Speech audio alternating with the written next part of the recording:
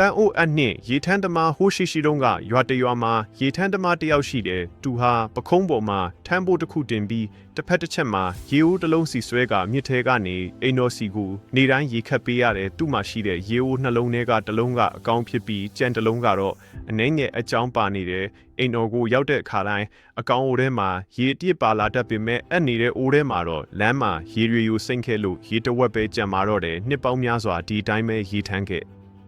ရတဲ့အကောင်အိုကသူ့ကိုယ်သူအယမ်းကုန်ယူပြီးအနေတဲ့အိုကတော့သူ့ရဲ့ချို့ရင်းချက်ကြောင့်အမြဲတမ်းစိတ်မကောင်းဖြစ်နေခဲ့တယ်။ဒီနေ့မှာတော့အနေတဲ့အိုဟာသူ့ကိုယ်သူအတုံးမကျဘူးလို့ခံစားရတာကြောင့်ရေထမ်းသမားကိုအခုလိုပြောလိုက်ပါတယ်။ကျွန်တော်တောင်းပန်ပါတယ်ခင်ဗျာကျွန်တော်ရဲ့အကြောင်းကြောင့်ခင်ဗျာမှာပင်ပန်းတလောက်အကျိုးမရှိပဲရေတဝက်ပဲရနေတာကိုအားနာလို့ပါရေထမ်းသမားကပြုံးပြီးအခုလိုပြန်ပြောခဲ့တယ်။မင်းတတိထားမိလား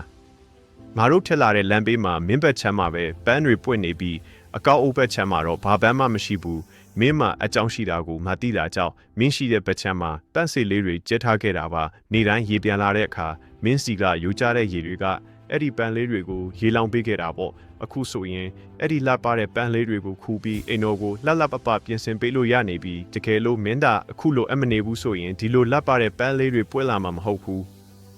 ဒီပုံမြင်လေးကနေရရှိနိုင်တဲ့အဓိကအချက်ကတော့လူတိုင်းမှာအားနည်းချက်ကိုစီရှိကြပါတယ်ဒါပေမဲ့အဲ့ဒီအားနည်းချက်တွေကိုမှန်ကန်တဲ့နေရာမှာအသုံးချတတ်ရင်အားတာချက်ဖြစ်သွားနိုင်ပါတယ်။ကိုအထင်မသေးပါနဲ့တင်ဟာတခြားသူနဲ့မတူညီတာချိုးရင်းချက်ရှိနေတာဟာအသုံးမကျတာမဟုတ်ပါဘူး။တဲ့မှာရှိတဲ့ထူးခြားချက်ကတခြားတနေရာမှာအင်မတန်တမိုးရှိနေနိုင်ပါတယ်။